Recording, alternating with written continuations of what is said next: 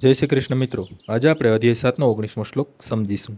બહુનામ જન્મ જન્માંતે જ્ઞાનવાનમાં પ્રપદ્યતે વાસુદેવ સર્વમિતિ સ મહાત્મા સુદુર્લભ.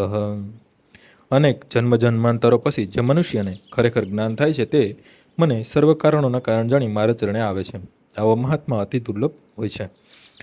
ભક્તિ અથવા દિવ્ય કર્મો કરી રહેલો જીવ અનેક જન્મ પછી એવા આધ્યાત્મિક શુદ્ધ જ્ઞાનને પ્રાપ્ત કરી શકે છે કે પૂર્ણ પુરુષોત્તમ પરમેશ્વર જ આત્મા સાક્ષાત્કારનું અંતિમ લક્ષ્ય છે.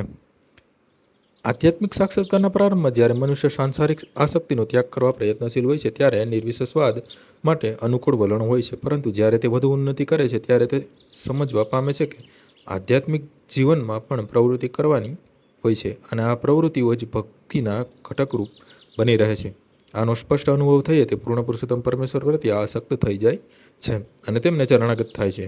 ત્યારે તે સમજવા શક્તિમાન બને છે કે શ્રી કૃષ્ણની કૃપા જ સર્વોચ્ચ છે અને તેઓ જ સર્વ કારણોના કારણરૂપ છે અને આ ભૌતિક જગત તેમનામાંથી સ્વતંત્ર નથી.